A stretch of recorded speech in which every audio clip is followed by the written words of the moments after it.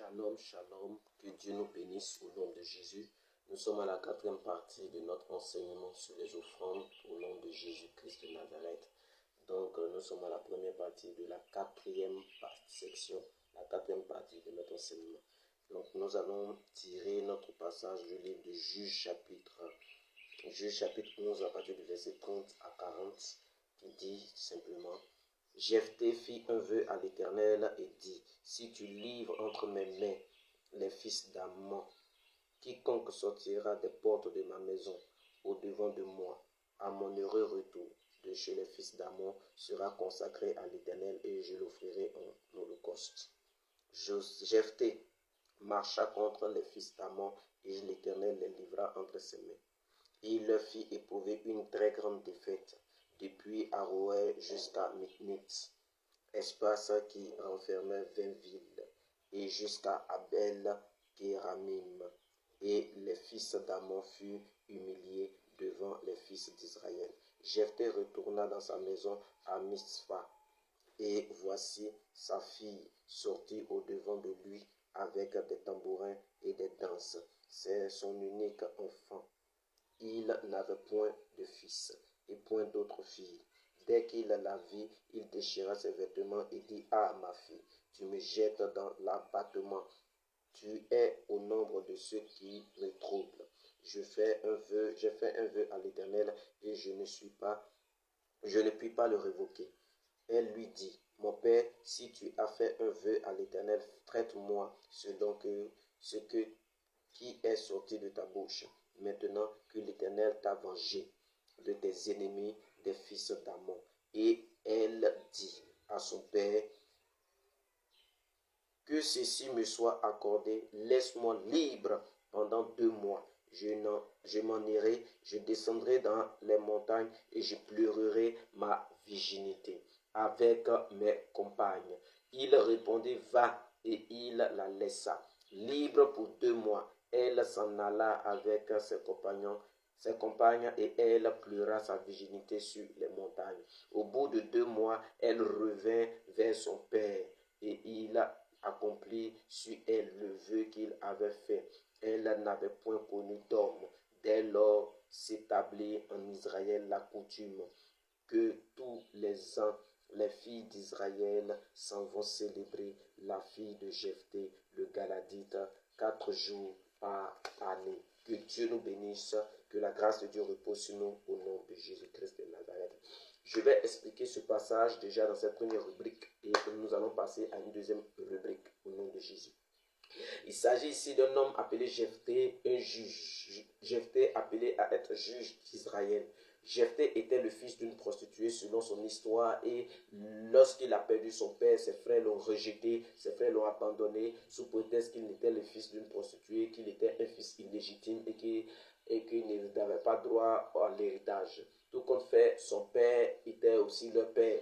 Mais ils ont porté l'affaire certainement devant les chefs, devant les chefs de famille, devant les chefs de tribus et devant même les autorités du pays. Mais tous ont décidé de ne pas rendre justice à Jephthé, mais plutôt de rejeter Jephthé. Ils ont rejeté Jephthé parce que le péché avait augmenté, l'injustice avait pris vraiment le peuple d'Israël à cette époque-là. Voilà pourquoi Dieu a jugé le péché du peuple d'Israël. Passant par là, je vais te dire que Dieu va juger le péché de l'humanité. Dieu va juger les péchés, même les actions les plus secrètes seront jugées, car Jésus-Christ vient bientôt. Ok, c'était juste une petite parenthèse.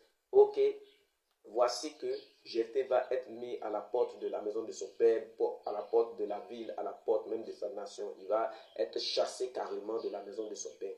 Voici que Jephthé va partir, le Seigneur maintenant va exercer un jugement contre le péché du peuple d'Israël.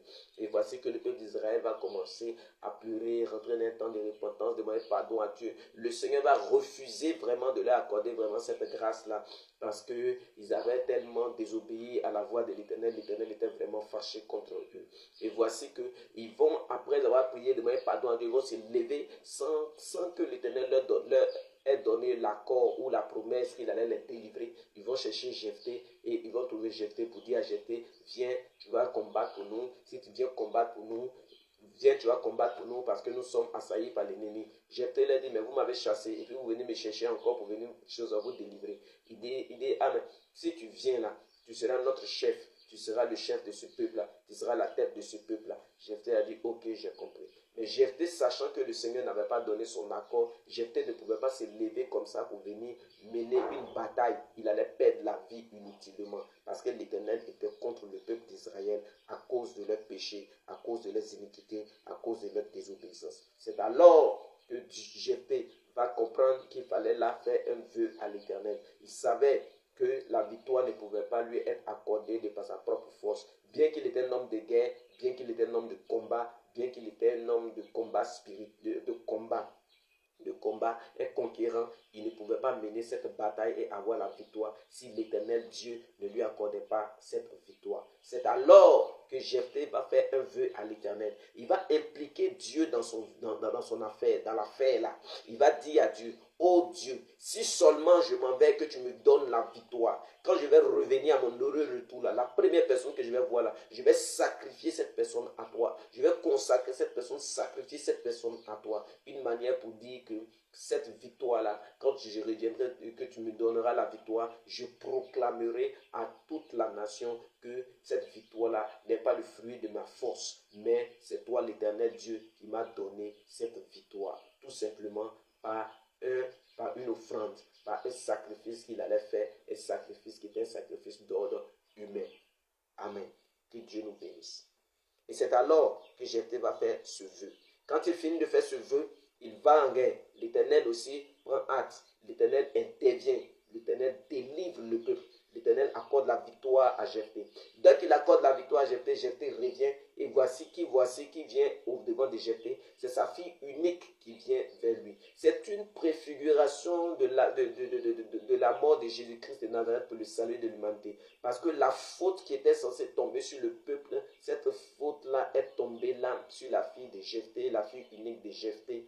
Et le peuple a reçu là la délivrance. C'est alors, qu'est-ce qui va se passer? La délivrance étant accordée, Jephthé voit sa fille et Jephthé maintenant est alarmé, Jephthé est troublé parce que c'est sa fille unique. En dehors d'elle, il n'a point d'autre enfant. Et voici, comme il a fait un vœu à l'Éternel, il ne peut pas révoquer son vœu.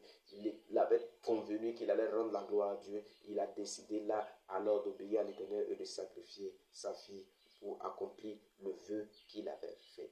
Donc, il s'agit d'une offrande faite à la suite d'un vœu à Dieu par Jephthé. Amen. Amen. Que Dieu nous bénisse. Donc, pour analyser ce passage, nous devons comprendre quoi pour observation, c'est qu'il n'y avait aucune parole de l'Éternel au sujet de Jephthé sur le fait qu'il était le choix de Dieu pour la délivrance d'Israël. Mais il était un homme de guerre, un leader pour les gens de rien.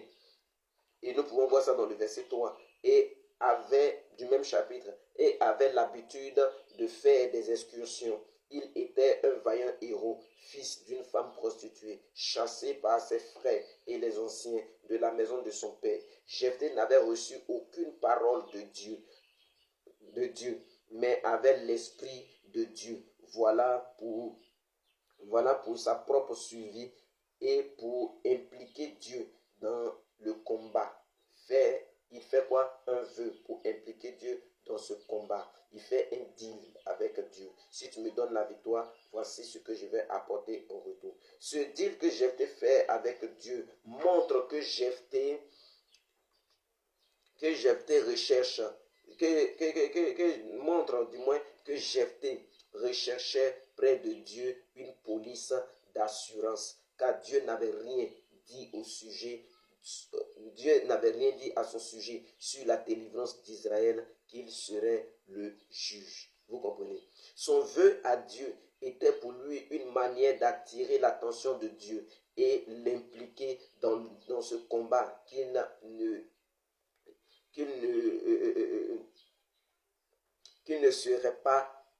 ne serait du moins pour un peuple.